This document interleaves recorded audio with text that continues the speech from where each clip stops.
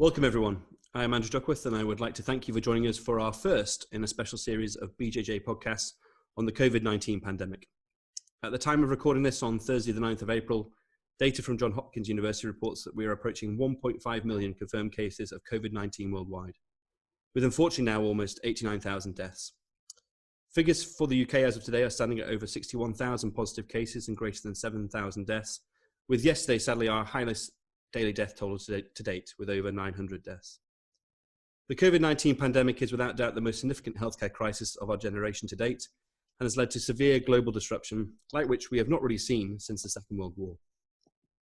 Through these series of podcasts, we hope to consider the main issues that have arisen as a consequence of the pandemic for us in orthopaedic and trauma surgery, as well as on our profession as a whole. This will include the impact on our day-to-day clinical practices, how we interact with our patients and the decisions we make regarding their management, as well as the effects on research, both now and moving forward. We hope to give you insights from our colleagues throughout the UK, as well as from across the globe, including hearing from colleagues working in some of the worst affected areas in the world. We also feel it's an opportunity to discuss the future, in terms of both the recovery phase and what we can anticipate when the worst of the pandemic is hopefully over. So today I have the pleasure of being joined by our editor-in-chief here at the journal, Professor Haddad, who I know will be able to give us an exceptional overview and insight into the impact of the pandemic on our healthcare system, the challenges we are each facing in terms of our caring for our patients, the state of research at the moment and potential opportunities available, and finally what is in store for us moving forward. Many thanks, Prof, for taking the time to join us today. Andrew, thank you. Thanks for doing this. It's a great initiative and a lot of work on your part to set up and run this series of podcasts. And I hope that this will give our readers some insights into what is an incredibly rapidly moving and unstable area, but one that's affecting all of our lives. Yeah, no, thank you, Prof. No, I agree. So, Prof, if we could just start off with the general overall impact of COVID, if you could give us a general overview of the impact on our healthcare system in the UK, both in terms of service provision and the potential consequences we are seeing are likely to have moving forward. Yeah, I mean, the impact of this is massive at every level. I think we've got to look at it beyond the healthcare system first, in that there is a personal impact on each and every one of us. We all feel vulnerable. We're all unsettled. We worry about our own health. We worry about our families. We worry about our friends.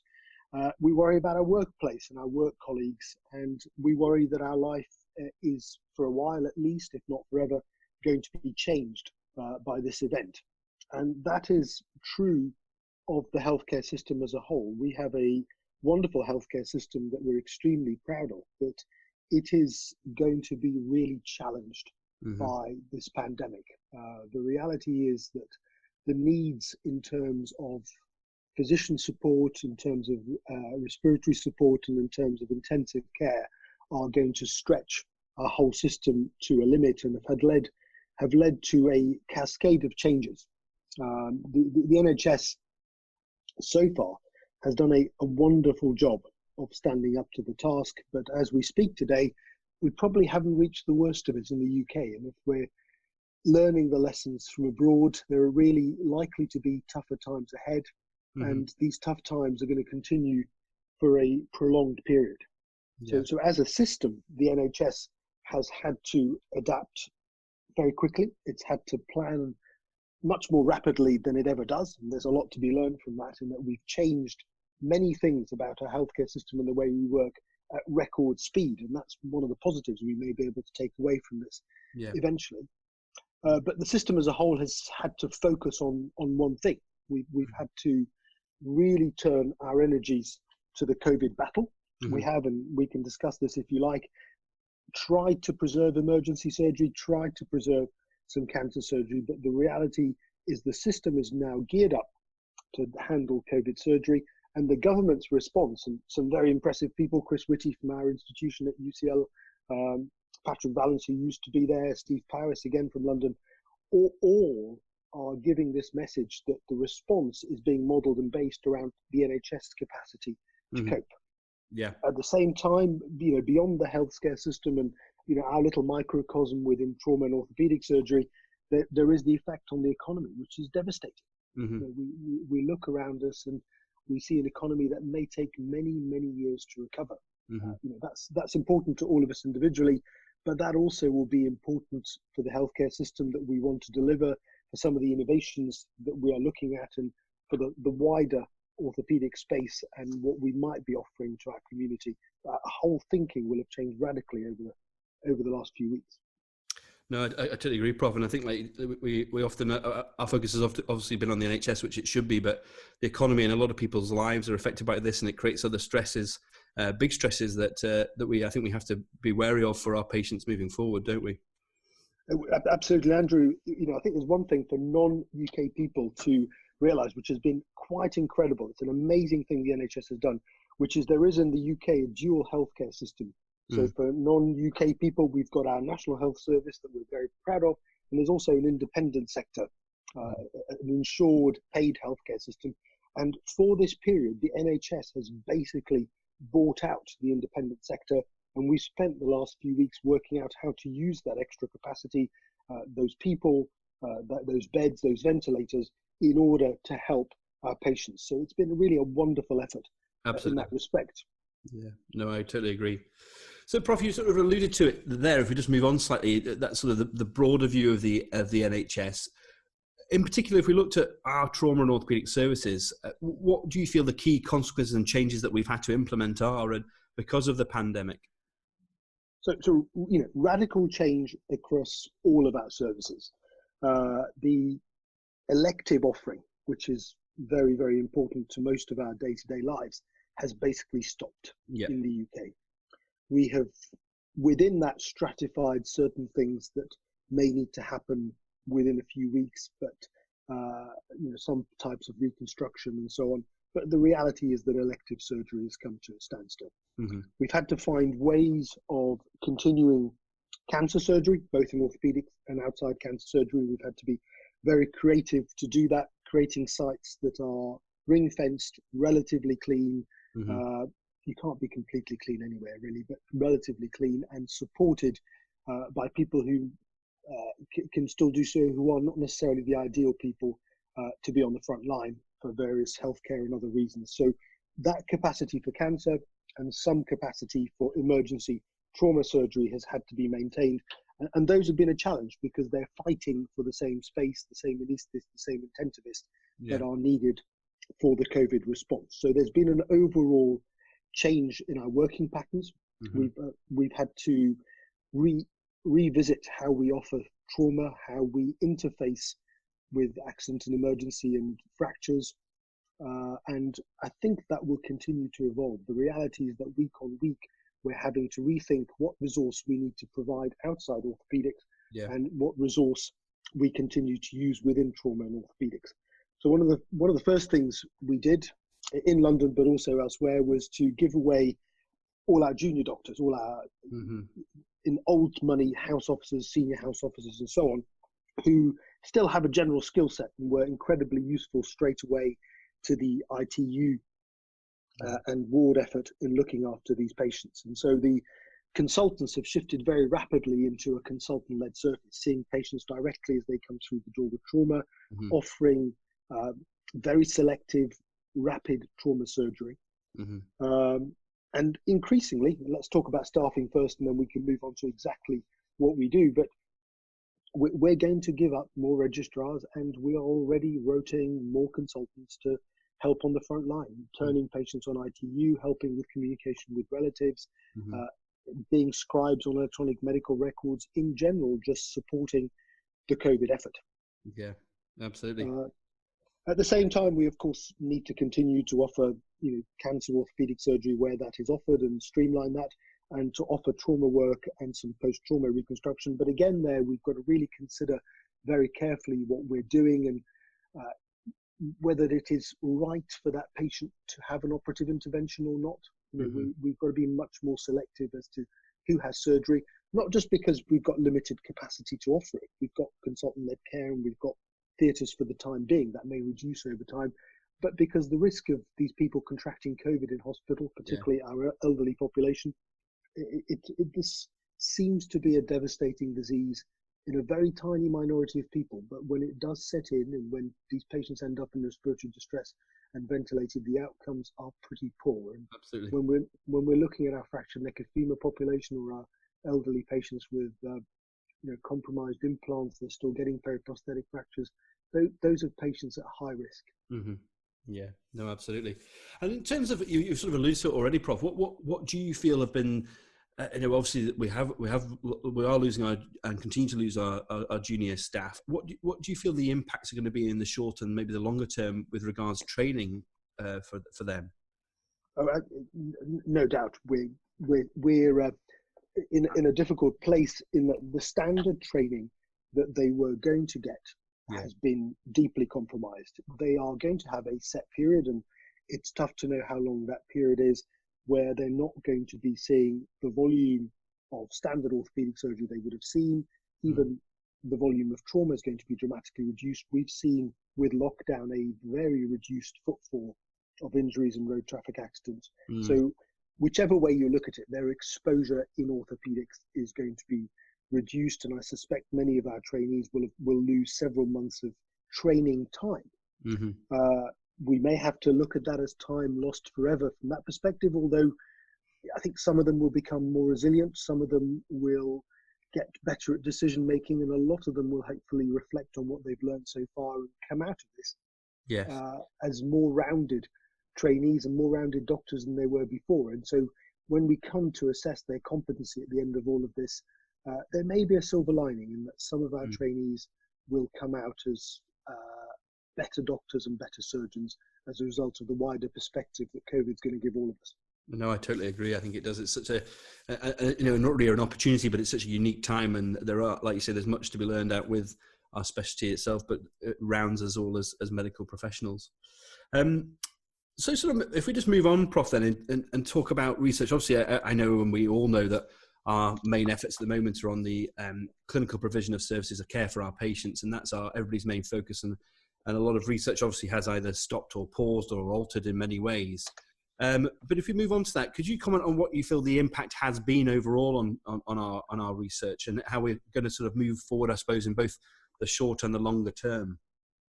So the impact's been interesting in that most ongoing research has had to stop. That's certainly been our view, and I think we're going to learn a lot from this. Has been, there is a strong research community. We're a biomedical research centre, and there are many others like, there are many centres like us around the country who are committed to high-level research. We've decided that the research effort right now needs to be on COVID, and therefore let's stop all the other work that can be stopped. We stopped elective surgery anyway, so a lot of that work has gone by the wayside for the time being.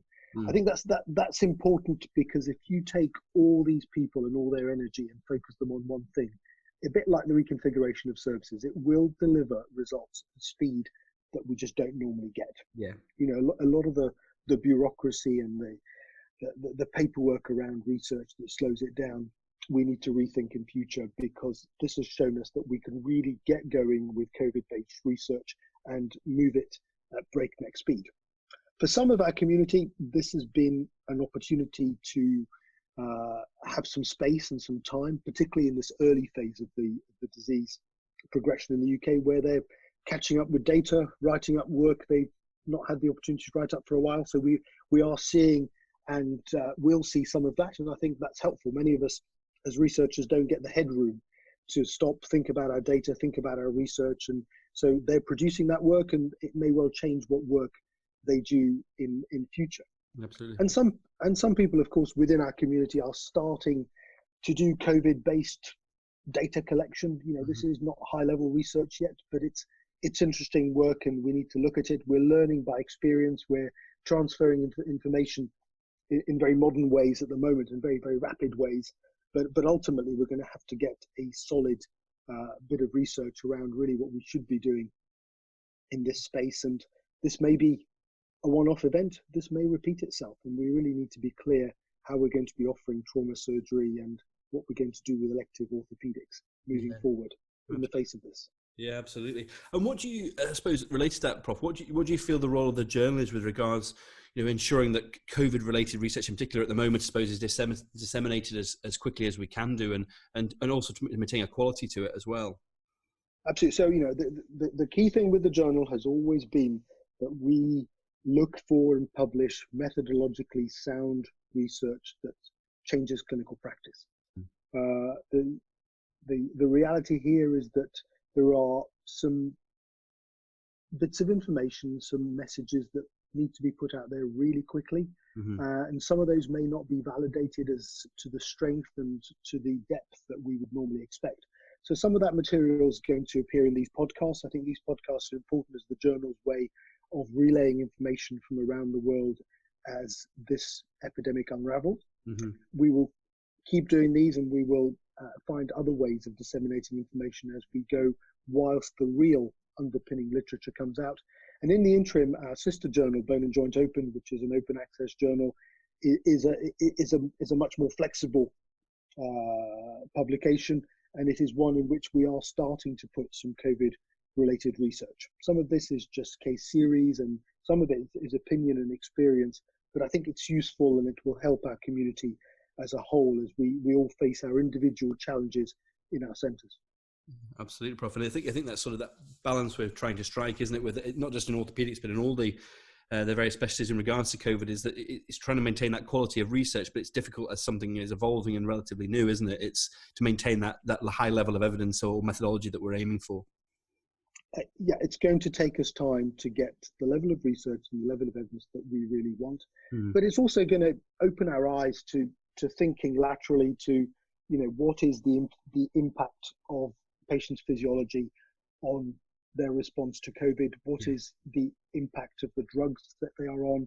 There are all sorts of things here that should get us to think slightly more widely, and that we will be able to look at people's genetic profile and see if they are more at risk or not, that we should not lose sight of and then translate back to orthopedic research. In some respects, research-wise, this is a bit of a wake-up call. We've all been pursuing various areas of research that we've landed in for a variety of reasons, and what COVID will do is it will refocus what is really important here. What does our community, our society, our population need out of us as musculoskeletal researchers? And we should ask those questions again as we recover from this and start reinvigorating our effort and our money and our resource into those critical questions.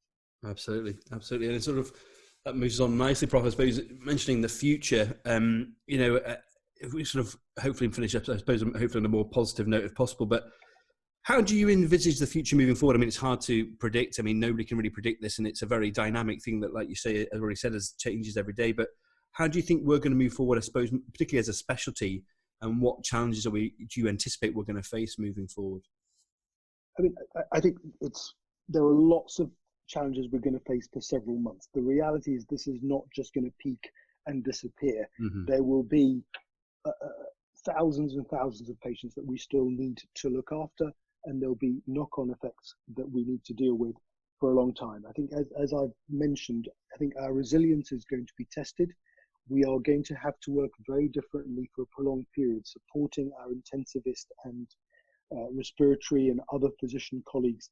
So we're going to have to work out of our comfort zone for a while, and that will bring benefits, because actually I think we will get better at decision making. We will learn to be more resilient. We will discover our role as doctors and not just as orthopedic surgeons, and I think our outlook subsequently will be different.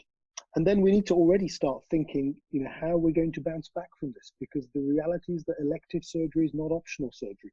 These are, our patients need the care that we normally deliver, and so we're going to have to gear up to be really efficient to catch up with the months and months where we haven't been able to deliver the care that we're used to doing. But there are big research opportunities within that. There are good data opportunities there for us to learn things. And it's also an opportunity to revisit what we're doing. It has changed our practice in so many ways, from cancer care to trauma care to the downgrading of elective surgery, that we really will need to learn and reconsider what it is that we do best for each condition. And I think there's a huge opportunity there. We, particularly in your world, in the trauma world, there are lots of interventions we've now stopped doing even when they occur, and we can ask those questions again when the time comes. So, ultimately, this is going to be a key event in all of our lifetimes. We're all going to need to look back and see how we reacted, what we learned. And the key thing is that we as a community bounce back from this strong and deliver better trauma and orthopedic research, training, teaching, and ultimately surgery and patient care at the end of it. No, I totally agree, Prof. And I think that's a nice way to finish up, actually, because I think that's very clearly what we really have to do as a community moving forward, and obviously supporting all of our colleagues throughout the healthcare profession. Well, I think that's all we have time for, Prof. So again, thank you so much for your excellent overview and insights today. It really has been informative, and thanks for joining us. Thank you, Andrew. And finally, as we repeat many times at the end of these podcasts in these series, we would like to acknowledge and thank our many colleagues around the UK and across the world for their ongoing tireless contributions in the delivery of care to our patients during this pandemic. We at the Journal thank you and will continue to support you in every way we can moving forward. Stay safe and well, and thanks for listening.